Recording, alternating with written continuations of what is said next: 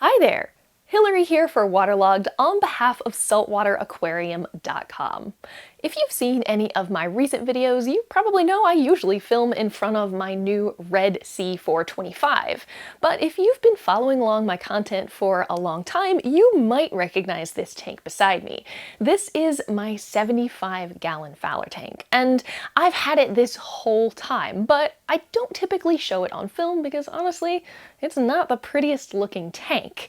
However, it's this way for a reason. I intentionally keep it like this specifically because who is living in it? And he is going to be the topic of today's video, so stay tuned.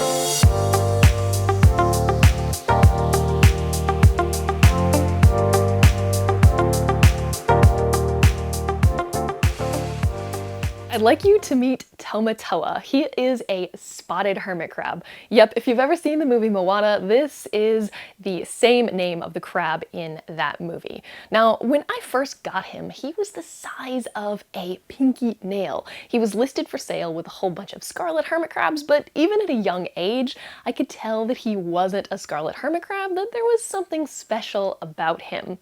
Now, like I said, that was 7 years ago. Now he's the size of a grapefruit.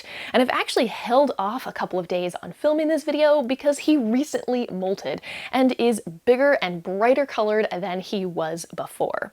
Now, if you're not familiar with hermit crabs, they go through a molt approximately 4 times a year. It can vary from species to species and as they age throughout their life, but as he's grown, he regularly molts probably every 4 months. And it's really cool because when he does molt, I can actually tell that it's about to happen. Probably a week before, I know that the molt is coming, and I can usually pinpoint it down to the day, if not even close to the hour of when it's about to happen.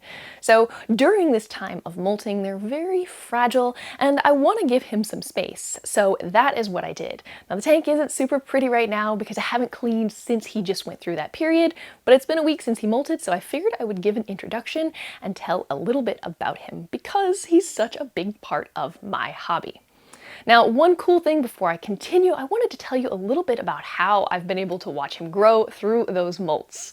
Now, you might think that this is a little bit strange, but I think it's pretty cool because when crabs molt, you can actually watch their growth through those exoskeletons that they shed. So one of the big areas that you can see evidence of their size change is looking at their large claw. So you can see this one here, it's pretty decent size, but if you take a look at the more recent molts, you can see how much larger this has gotten.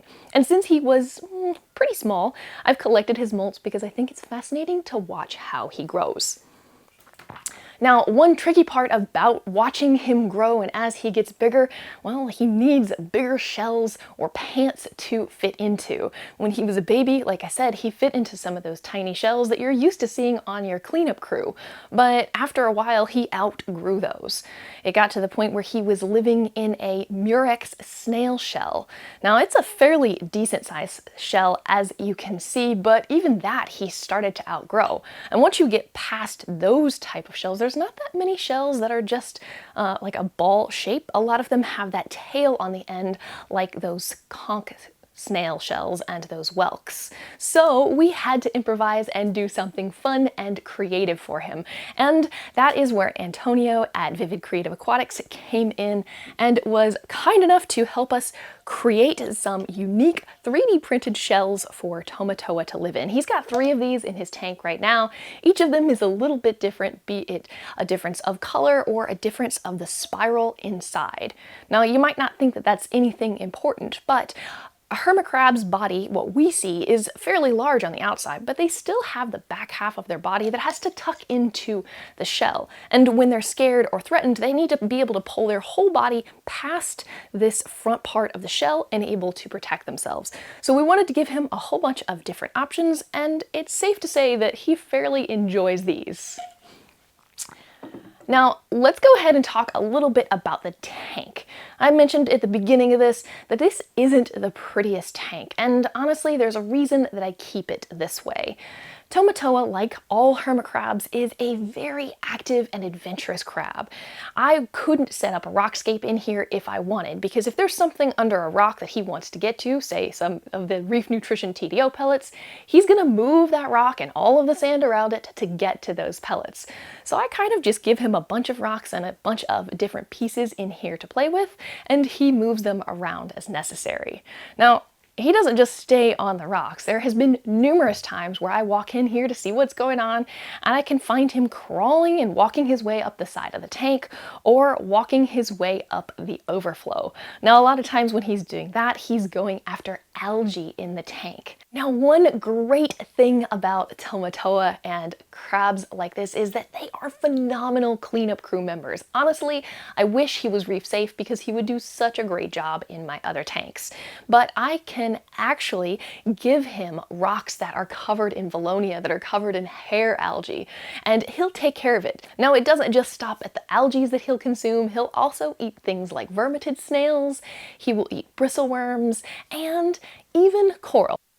Now, one last thing I wanted to talk about before I end this video is I want to go and touch back on that molting process that they go through. So a couple of different things. One, if you are considering getting a hermit crab like this, you really want to make sure that you're staying on top of your water parameters, because things like calcium and iodine are really important not only in the molting process, but in the formation of their shells. And in general, you want to make sure that you have good water quality because, well, all invertebrates are susceptible to things like high nitrates. So that's one thing to keep in mind. But two, if you are thinking about doing this yourself, you don't want to necessarily pull the molt out of the tank, even if you wanted to watch it grow, kind of like I've done. A lot of times hermit crabs will go back and eat the molt as a way of reintroducing nutrients back into their systems. However, I like to give Tomatoa about a week to make sure that he doesn't want to consume that, and after that period of time, I'll go ahead and remove it, which is how I've gotten all of these.